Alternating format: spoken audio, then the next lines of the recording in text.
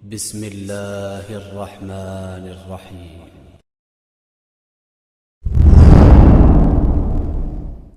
قرآن سننا پوڈکاسٹ۔ بسم اللہ الرحمن الرحیم والصلاة والسلام علی سید الاولین والآخرین وامام المتقین وانت رسول رب العالمین سیدنا و مولانا محمد آلہ و اصحابہ اجمعین، اما بعد۔ میں آپ کے سامنے ایک قرآن کی آیت پیش کرنے جا رہا ہوں، سورۃ الرعد کی آیت نمبر 28 ہے۔ اسے بیان کرنے سے پہلے، اس کی تلاوت کرنے سے پہلے میں ایک بات بتا دوں کہ یہ آیت وقت میں یہ سمجھ لیجیے بہت امپورٹنٹ ہے اس وقت کے لیے، کیونکہ ہر دوسرا یا تیسرا بندہ اس مرض میں مبتلا ہے، کہیں نہ کہیں وہ اس مرض میں مبتلا ہے کہ اسے یہ آیت کہیں نہ کہیں سکون دے گی۔ کہیں نہ کہیں ایک شخص اس چیز کو لے کے پریشان ہے یا تکلیف میں ہے، یا اگر انگلش میں تو ٹائرڈ ہے یا ڈپریشن ہے یا انگزائٹی ہے، کسی بھی طریقے کی کوئی چیز ہے، تو یہ آیت اسے بہت سکون دینے والی ہے۔ اور جو شخص اس آیت پہ غور و فکر کرے گا تو انشاءاللہ اللہ تعالیٰ اس کے قلب کو سکون دے گا۔ آیت نمبر 28 سورۃ الرعد: الذین آمنوا وتطمئن قلوبهم بذکر اللہ الا بذکر اللہ تطمئن القلوب۔ صدق اللہ العظیم۔ اللہ تعالیٰ قرآن میں فرماتا ہے جو لوگ ایمان لائے ان کے دل اللہ ہی کے ذکر سے اطمینان حاصل کرتے ہیں۔ یاد رکھو، اللہ کے ذکر سے ہی دلوں کو یعنی قلب کو سکون ملتا ہے۔ یہ جو ہمارا دل ہے نا، یہ ایک طریقے سے اگر میں آپ سے کہوں، یہ تھوڑا سا نا ڈرپوک ہے، تھوڑی سی چیزوں کو یا چھوٹی چھوٹی باتوں کو دل پہ لے لیتا ہے، اور اس چکر میں ایک بندہ یا ایک شخص اس مرض میں مبتلا ہو جاتا ہے کہ اسے انگزائٹی، ڈپریشن جیسی چیزیں کھینچ لیتی ہیں، جگڑ لیتی ہیں، یا اس مرض میں مبتلا کر لیتی ہیں کہ وہ شخص بہت زیادہ سوچنے لگتا ہے، اوور تھنکنگ کرنے لگتا ہے، کہیں نہ کہیں ڈرنے لگتا ہے۔ تو یہ دل گھبراتا ہے ان چیزوں سے۔ اور اگر میں آپ سے یہ کہوں کہ قرآن کے اندر اللہ تعالیٰ نے بہت زیادہ دل کا ذکر کرا ہے، کہ اگر اللہ تعالیٰ نے قرآن کے اندر، جیسے سورہ بقرہ ہے، اس میں بھی اللہ تعالیٰ نے فرمایا کہ ہم نے ان کے دلوں پر مہر لگا دی ہے، ان کے دلوں پر پردے ڈال دیے۔ یا پھر دل کے معاملات میں اللہ تعالیٰ نے ہر جگہ کے ایمان والوں کے دل میں ایمان اترتا ہے۔ دل کے بعد بہت زیادہ اللہ تعالیٰ نے قرآن کے اندر کہی، یا دین اسلام کے اندر بہت زیادہ دل کی بات آئی ہے۔ دماغ کا جتنا ذکر ہے اس سے کہیں زیادہ دل کا ذکر ہے دین اسلام کے اندر، کیونکہ ایمان جو ہے وہ دل کے اندر اترتا ہے، نہ کہ دماغ کے اندر اترتا ہے۔ اسی لیے یہ آیت اللہ تعالیٰ نے قرآن کے اندر اس موضوع کے لیے کہ یہ جو ڈپریشن والے معاملات ہیں یا انگزائٹی والے معاملات ہیں، کہیں نہ کہیں یہ چیز اس آیت سے اٹیچ کرتی ہے کہ اللہ تعالیٰ کے ذکر سے ہی انسان کے قلب کو سکون ملتا ہے۔ آپ دیکھیں، جو لوگ اسپرچولی جو خدا کے قریب نہیں ہیں، جو لوگ ایویں ہی اپنے کام کرے جا رہے ہیں یا کوئی مزے لیے جا رہے ہیں ان چیزوں سے، دنیا کا ان کا کوئی تعلق ہی نہیں ہے اس چیز کو لے کر کہ کہیں نہ کہیں کہ ہمیں قیامت کے روز اللہ کے حضور پیش ہونا ہے۔ جن لوگوں کی تھنکنگ یہ ہے، وہ لوگ آپ کو سب سے زیادہ ڈپریشن میں مبتلا ملیں گے، جبکہ وہ یہ کہتے ہیں کرما کے تعلق سے وہ کچھ بات کہتے ہیں کہ انسان کا کوئی برا کر رہا ہے تو وہ اس کے آگے لوٹ کے آئے، بالکل آئے گا، لیکن اس طریقے سے تھوڑی آئے گا کہ آپ یہ کہہ رہے ہیں کہ اگر بہت سے تو ایسے گناہ ہوتے ہیں جو پکڑے بھی نہیں جاتے، لا کے اندر کے لیں یا کسی تعلق سے لے لیں، جو باتیں پکڑی نہیں جاتی۔ اور بھائی، آخرت کا دن ہی اس لیے رکھا گیا کہ تم دنیا سے چھپا سکتے ہو، اللہ سے نہیں چھپا سکتے معاملات ہو۔ اللہ تعالیٰ جانتا ہے کہ تمہارے دل میں کیا چل رہا ہے، اللہ تعالیٰ جانتا ہے کہ تمہاری نیت کیا ہے، کہ تمہاری نیت کسی شخص کے ساتھ یا کسی خاتون کے ساتھ نکاح کیے یا زنا کیے، یہ اللہ بہتر جانتا ہے۔ تم جانتے ہو، تم اپنے آپ کو دھوکہ مت دو، یا ہم جانتے ہیں اپنے آپ کو دھوکہ مت دیں کہ ہماری نیت کیا ہے، کس تعلق سے ہے۔ میری نیت کہیں چوری کرنے کی ہے تو میں اسے دکھا رہا ہوں کہ میں بہت اچھا انسان ہوں، لیکن یہ میں جانتا ہوں میری نیت چوری کی، میرے ساتھ اللہ بھی جانتا ہے میری نیت چوری کی ہے۔ سامنے والے کو دھوکہ کیوں ملتا ہے؟ اس لیے کہتے ہیں کہ دھوکہ دے رہا ہے، اس چیز کی وجہ سے کہا جاتا ہے کہ دھوکہ دیا جا رہا ہے سامنے۔ یہ آیت اللہ تعالیٰ نے قرآن کے اندر اتاری، فرمائی اور بتایا کہ اگر آپ کو سکون، ڈپریشن، انگزائٹی، ایسے کوئی معاملاتوں کے تعلق سے اگر آپ کو دقت ہے تو آپ اللہ کی طرف رجوع لائیں۔ آپ اللہ کی طرف رجوع لائیں گے، اللہ کا ذکر کریں گے، آپ کے اوپر جو ڈپریشن، انگزائٹی کے معاملات ہیں وہ ختم ہو جائیں گے۔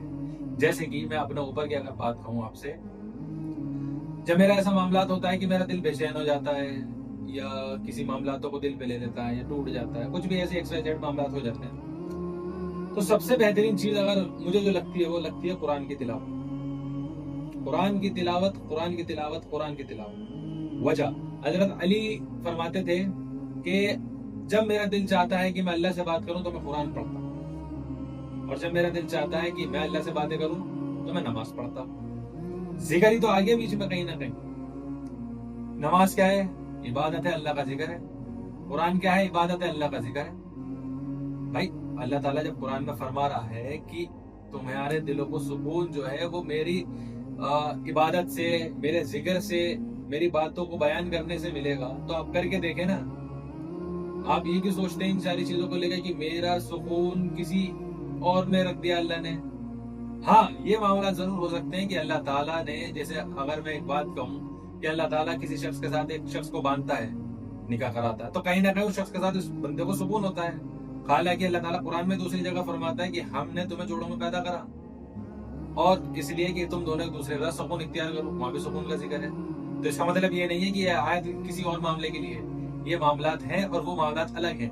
آپ اس میں کہیں نہ کہیں یہ نکالیں کہ بھائی وہاں بھی تو کہا ہے کہ اللہ تعالیٰ نے سکون ملتا ہے، تو بھائی وہ بھی اس وجہ سے کیونکہ اپنی زوجہ کے ساتھ بیٹھنا، اس کو مسکرا کے دیکھنا، اس کے ساتھ باتیں کرنا، یہ بھی تو ایک نیک کام ہی ہے یار۔ بیوی بچوں پہ خرچ کرنا نفلی صدقہ ہے، تو کس تعلق سے ہے پھر یہ بات؟ بیوی بچوں پہ جو ہم کیا کہتے ہیں خرچ کرتے ہیں وہ صدقہ ہی تو ہے، اور صدقہ کیا ہوتا ہے؟ عبادت ہی تو ایک طرح کی، زکوٰۃ ہے، صدقہ ہے، نفلی صدقہ ہے، کیا ہے؟ یہی تو چیزیں ہیں۔ اور پھر ان چیزوں کے ساتھ ساتھ بہت سی چیزیں اور بھی مل جاتی ہیں۔ معاملات جب اٹکتے ہیں، جب کہیں پہ بھی سکون نہیں ملتا نا انسان کو، تب بھاگتا ہے انسان اللہ کی طرف۔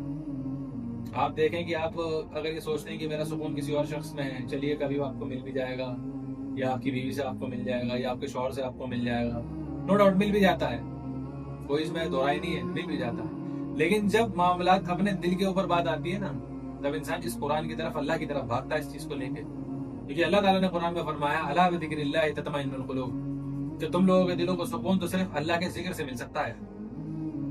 یہ لوگ جو آج کل کے دور میں ڈپریشن کا شکار ہیں، اینزائٹی کا شکار ہیں، اینزائٹی اٹیک آتے ہیں، اپنے آپ کو اس تعلق سے توڑتے ہیں کہ کسی بھی شخص کے سامنے اچھا بن کے بھی دکھاتے ہیں اور خود گھٹ بھی رہے ہوتے ہیں۔ بھائی تمہیں گھٹنے کی ضرورت کیا ہے؟ تم اللہ کا ذکر کرو نا بیٹھ کے۔ اور اگر آپ کے دوست، میں ایک بات کہوں گا، اگر آپ کے دوست، اللہ تعالیٰ نے اگر آپ کو نیک دوست دیے ہیں تو ان سے ذکر کرا کریں، ان سے مشورہ کرا کریں۔ یہ میں دنیاوی طور پر بات بتا رہا ہوں۔ دیکھیے اللہ تعالیٰ فرماتا ہے کہ مشورے میں خیر ہے، مشورہ کرا کریں، مشورہ کریں گے خیر کی ہی بات نکل کے آئے گی۔ جب اللہ نے فرما دیا کہ مشورے میں خیر ہے، رسول اللہ نے بتا دیا مشورے میں خیر ہے، تو آپ بھی مشورہ کرا کریں اپنے دوستوں کا۔ اگر آپ کے دوست نیک ہیں تو اس شخص کے ساتھ مشورہ کرا کریں جس پہ آپ کو بھروسہ ہو۔ اس شخص کے ساتھ مشورہ نہ کرا کریں جو خود ہی غلط ہو اور آپ اس سے مشورہ لینے کھڑے ہو جائیں، وہ آپ کو غلط ہی دعوت دے گا، پھر صحیح دعوت نہیں دے گا۔ اس لیے پہلی شرط یہ ہے کہ آپ کی سنگت اچھی ہونی چاہیے، آپ کے دوست اچھے ہونے چاہیے جو دین کی طرف اپنا وہ رکھتے ہوں رجحان، ان لوگوں سے آپ بات کریں، ان سے مشورہ لیں، انشاءاللہ اللہ تعالیٰ آپ کو صحیح مشورہ بھی دے گا، صحیح رائے بھی دلائے گا۔ آپ اگر دوسری طرف جانا چاہیں تو وہی چوائس آپ کی ہے، اللہ تعالیٰ کو کوئی کیا بگاڑ دے گا۔ اگر پوری کائنات بھی اس کی عبادت کرنے چلی جائے تو بھی اسے کوئی فرق نہیں پڑے، اور اگر پوری کائنات اس کی نافرمانی کرنے تو بھی اسے کوئی فرق نہیں پڑتا۔ مسئلہ تمہاری ذات کا ہے، تمہیں جنت میں جانا ہے جہنم میں جانا وہ تم سوچو نا۔ تمہیں جہنم میں جانا ہے تو جاؤ کرو اپنے والے معاملات، جاؤ جہنم میں، اور تمہیں جنت میں جانا ہے تو کرو اللہ اور اس کے رسول کی اطاعت۔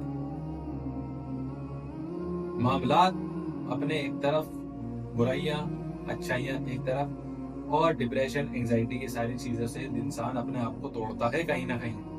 اور جب ڈپریشن ہوتا ہے تو گھر میں بھی سفر کرتا ہے، ماں باپ کے سامنے بھی سفر کرتا ہے، دوستوں کے سامنے بھی سفر کرتا ہے، اپنے دل میں پڑتا ہے۔ یہ چیزیں انسان کو توڑتی ہیں۔ ہمیں دین اسلام اللہ تعالیٰ نے دیا ہے، ہمیں بتایا ہے کہ ہمیں کیا کرنا ہے، کیسے حالاتوں میں زندگی گزارنی ہے۔ ایسے نہیں ہے کہ ہم عیاشیوں کی طرح زندگی گزارتے پھریں، نرم گدے، بڑھیا بستر، صبح اٹھ رہے ہیں مزے سے۔ یہ زندگی اللہ تعالیٰ کو پسند نہیں آتی، قربانی پسند آتی ہے اللہ تعالیٰ کو۔ قربان کریں اللہ تعالیٰ کے سامنے اپنے آپ کو، اس کے راستے میں اپنے آپ کو قربان کریں اس طریقے سے کہ اللہ تعالیٰ کے دین کے لیے کھڑے ہو جائیں۔ آپ کر کے دیکھیں، ڈپریشن، انزائٹی اگر کسی کو ہے تو اپنا وہ بنا کے دیکھے، ایک ایم بنا کے دیکھے، اپنا مقصد بنا کے دیکھے کہ میں اللہ تعالیٰ کا ذکر کروں گا، اللہ تعالیٰ کا علم جو اللہ تعالیٰ نے قرآن کو دیا، قرآن میں اتارا، اللہ کے رسول کو جو علم اترا، جو حدیثیں آئی ہیں اس کا علم حاصل کروں گا اور میں دعوت دوں گا۔ میں لکھ کے دیتا ہوں آپ کو ڈپریشن کی کبھی شکایت نہیں ہو سکتی، کیونکہ آپ کا ایم ہے۔ آپ کا مقصد ہے. جس شخص کا مقصد ہوتا ہے وہ کبھی ڈپریشن میں مبتلا نہیں ہو سکتا. لیکن جس شخص کا مطلب وہ مقصد ہی کچھ اور ہو، یا جس شخص کا کوئی مقصد ہی نہ ہو، وہ خالی بیٹھا ہوا شخص سب سے زیادہ ڈپریشن میں مبتلا ہوتا ہے. جس شخص کا مقصد ہوگا کہ مجھے بڑا بننا ہے، مجھے اللہ کی دین کی دعوت دینی ہے، یا XYZ مجھے اس کمپنی کے اندر اس پوزیشن پہ پہنچنا ہے، یا XYZ مجھے اپنی کمپنی کھڑی کرنی ہے، یا XYZ مجھے اپنا بزنس اتنا بڑا کرنا ہے. جس شخص کا یہ مقصد ہوگا تو وہ اپنے مقصد کے لیے جیے گا. لیکن جس شخص کا مقصد صرف بیٹھنا ہے، خالی ٹائم ہے، فضول آدمی ہے، وہ شخص اپنے آپ کو اوور تھنکنگ میں لے جا کر اپنے آپ کو ایک ذہنی مریض بناتا ہے اور ڈپریشن انزائٹی کا شکار ہوتا ہے. اللہ تعالی ہم سب کو کہنے سننے سے زیادہ عمل کرنے کی توفیق عطا فرمائے. وآخر الدعوانا الحمدللہ رب العالمین وما علینا الا البلاغ المبین. صدق اللہ العظیم.